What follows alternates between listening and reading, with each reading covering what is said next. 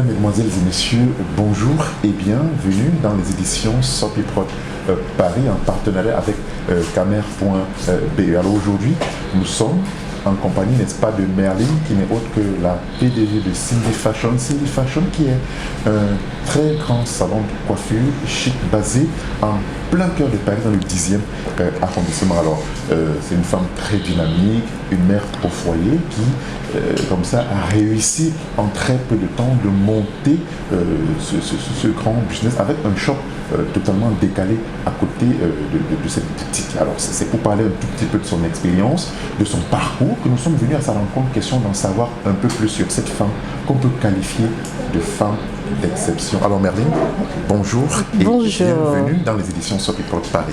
Bonjour, bonjour. Alors Merlin, vos débuts dans la coiffure, on sait que très souvent on commence parfois comme jeune fille, on tisse les petites nattes comme ça à la maison, oui, avec des poupées, et on grandit avec cette envie de créer de la beauté et même de se faire toute belle. Alors racontez-nous un tout petit peu comment vous arrivez dans la coiffure.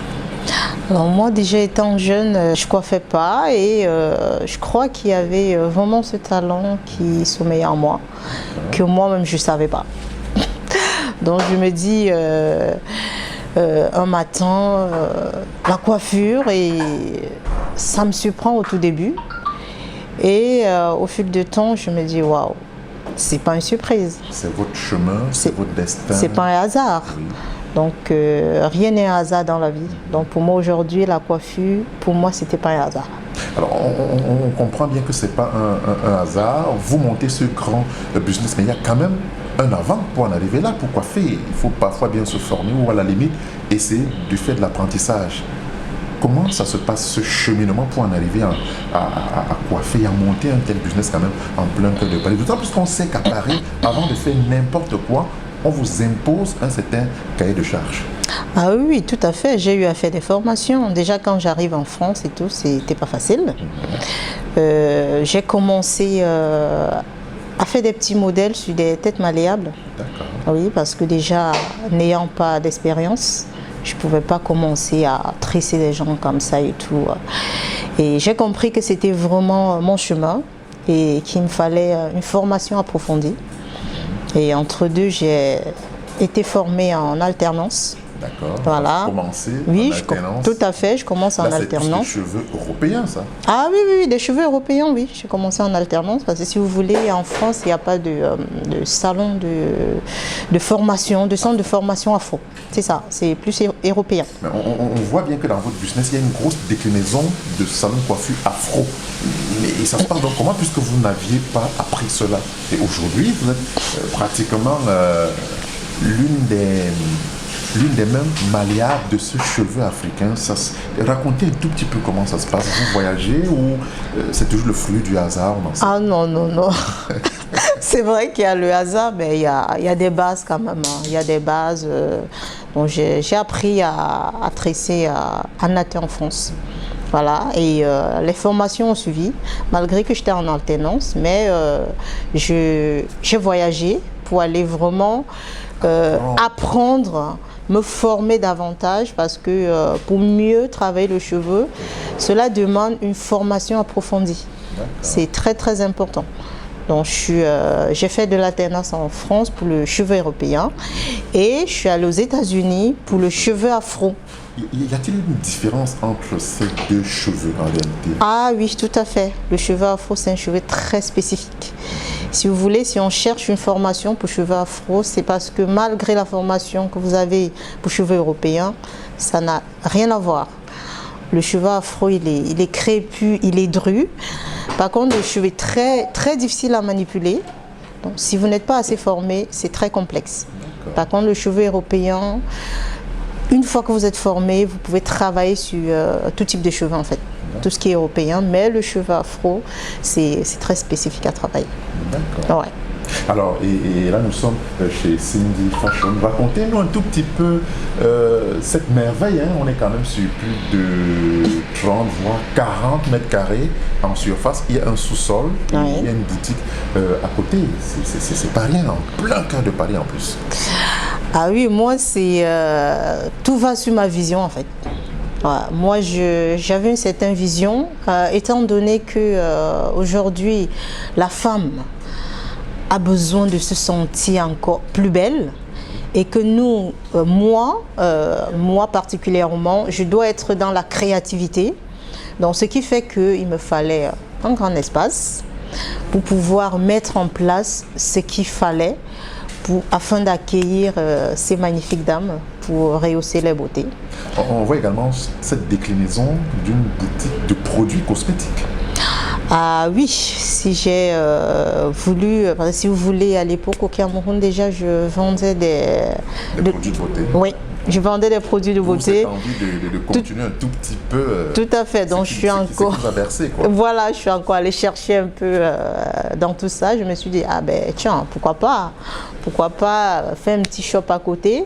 Étant donné que dans le salon, j'ai pas voulu mettre trop de produits. Que le salon reste quand même aéré, que ça respire. Voilà, c'est ça, que quand une cliente vient, qu'elle se dit, je suis chez un coiffeur, qu'elle se sente à l'aise. Et le shop à côté également, puisque j'ai décidé de faire dans les confections de perruques sur mesure. Oui, ce qui fait que j'ai souhaité faire ce shop à côté parce que dans le salon également, c'est toujours des choses qui devaient trop encombrer le salon et je ne le souhaitais pas. Les produits capillaires, les confections de perruques et les accessoires. Donc d'ouvre vraiment l'idée du shop à côté. Oh. Merline, vous êtes une femme, oui. J'imagine, une mère d'enfants, en fait une mère avec des enfants. Oui. Racontez-nous un tout petit peu votre journée type. Hein. On sait que c'est pas toujours facile, même si vous avez des grands enfants. C'est pas toujours évident. Il faut suivre les devoirs, il faut les accompagner à l'école, il faut leur faire le petit déjeuner le matin, il faut leur faire à manger à midi et si possible le soir aussi. Ça se passe comment de pouvoir concilier la vie de famille, venir ouvrir le shop à 10h. Racontez-nous une journée type de Merline. Alors une journée type de Merline, si vous voulez, c'est vraiment une question d'organisation, une organisation qui a été mise en place en amont. Donc, du coup, c'est pas le matin quand je sors de mon lit que je dois regarder, ah j'ai ça à faire, non, tout se fait en amont en fait. C'est pour cette raison que j'ai dit c'est une question d'organisation. Donc déjà le matin, je dois aller en salle. Pour votre sport? Oui, pour mon sport, la mise en forme évidemment, ça ça c'est à ne pas, c'est une évidence forcément. Donc j'ai des enfants, ils sont grands, mais j'ai encore le tout petit qu'il faut encore suivre de près. Donc toujours mon organisation qui a été mise en place, que mon fils de 7 ans et demi, il sait qu'il doit se préparer, il doit prendre son petit déjeuner sans forcément attendre maman.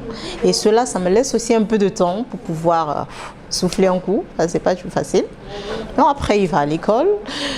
Étant donné que je travaille avec mon conjoint, je dois venir ouvrir à 10h le matin et le soir je rentre un peu plus tôt pour pouvoir suivre la famille, les devoirs et qu'on puisse manger également ensemble. Votre conjoint le soir s'occupe, n'est-ce pas, de la fermeture? Il s'occupe de la fermeture, tout à fait. Magnifique, en tout cas c'est une très bonne organisation. On est d'ailleurs ravis d'avoir Merline avec nous qui nous parle un tout petit peu de son expérience. Alors Merline, on sait aussi que dans ce que vous faites, beaucoup de jeunes rêvent arriver à monter un tel business. Si vous étiez demandé comme ça, sans être conseillère, mais de donner comme ça quelques clés de réussite et de succès à cette jeune féminine, des jeunes qui vous observent tant en Afrique qu'en Europe, que leur diriez-vous? Alors déjà pour commencer, ce que je dirais c'est que quand vous avez un rêve et que vous souhaitez le réaliser, il faut être très précise dans ce que vous voulez faire. Et je vais prendre un exemple, si j'ai une jeune couturière que j'ai à conseiller, c'est un exemple parmi tant d'autres, je dirais déjà, est-ce qu'elle aime le métier? Il faut déjà avoir l'amour de la passion de ce que vous avez envie de faire. Et quand vous avez compris tout cela, faites une formation. Il faut être formé. Sans formation, on n'a pas les clés. Une fois formé, renseignez-vous surtout pour tout ce qui est administration. Ça, c'est très important. Vous voulez lancer un business, pensez à l'administration. C'est très, très important. Une fois que vous faites vos démarches, vous mettez votre business en place, et pensez également à la communication. Absolument. Ça, c'est très important. C'est très important, d'ailleurs, c'est ce que nous faisons Oui. en ce moment. En tout cas, Merline, merci pour cet instant que nous passions ensemble. On sait que ce salon de coiffure magnifique, en termes de chiffres, les employés, vous en avez combien ici et comment vos rapports et vos relations se passent avec tous ceux que vous employez? Alors, nous sommes 5 à travailler dans Cindy Fashion. Cindy Fashion Paris. En ce qui concerne la relation avec les employés, si vous voulez, moi en ce qui me concerne, ça va. Et tout se passe au niveau de l'échange, le respect, parce que même si j'ai un conseil à donner, c'est de toujours discuter avec des employés, être à l'écoute, parce que nul n'a le monopole de savoir. Voilà, ça c'est très important. Voilà. Être à l'écoute, échanger, être conciliante. Voilà. Et pour le chiffre d'affaires, je garderai ça pour plus tard. Magnifique. En tout cas, merci. C'était donc Merline de Cindy Fashion, qui est une créatrice de richesse basée dans le 10e arrondissement de Paris. Alors, une adresse pour que ceux qui nous regardent de très loin, pour ceux également qui sont de passage à Paris lors des différentes festivités, puissent passer, pourquoi pas, vous rendre visite. On sait qu'on n'est pas loin du métro Goncourt. C'est ça. En face, n'est-ce pas, de l'hôpital Saint-Louis. Tout à fait. Exact. Alors, le salon Cindy Fashion Paris est situé au 203 rue Saint-Maur. 203 rue Saint-Maur, Paris 10e arrondissement. Paris 10e arrondissement. Donc, c'est métro Goncourt, la ligne 11. Alors, pour tout ce qui est pour vos produits capillaires, perruques sur mesure, c'est l'adresse indiquée. Du fait maison, c'est le 199 rue Saint-Maur. C'est la boutique. 199 rue Saint-Maur, métro Goncourt également. Voilà, merci de nous avoir prêté cet instant. Merci Merline d'avoir accepté cet entretien. Voilà, bon vent pour Cindy Fashion et on reviendra davantage ici tout en espérant que les murs vont bien se bousculer encore davantage. C'est moi qui vous remercie.